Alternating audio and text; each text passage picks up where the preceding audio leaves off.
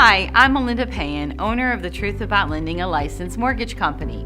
This week we're going to talk about one of the biggest myths out there for consumers, that the federal government somehow controls the mortgage interest rates. That's actually not 100% true.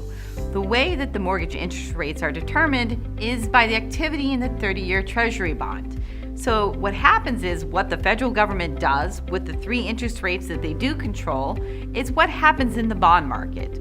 And whatever happens in the bond market, similar to the stock market, affects the trading of the 30-year Treasury bond. So for example, the federal government only controls the prime rate, the federal funds rate, and the discount rate. None of those actually directly control mortgage rates.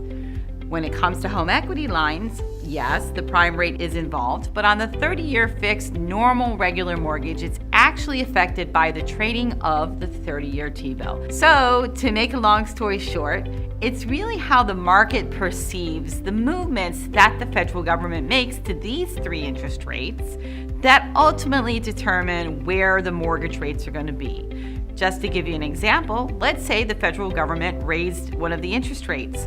Perhaps the market thought that that was going to be more of an increase in the rates than what was expected. So there might actually be an improvement or a lowering of the mortgage rates because the market was expecting even higher of an increase.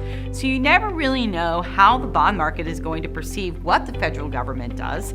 The important thing to know is that you need to work with a loan officer who's going to be ethical with you, give you all of your options, and tell you the truth. That's why at The Truth About Lending, we're here to help you. Give us a call at 888-76-TRUTH or online at thetruthaboutlending.com.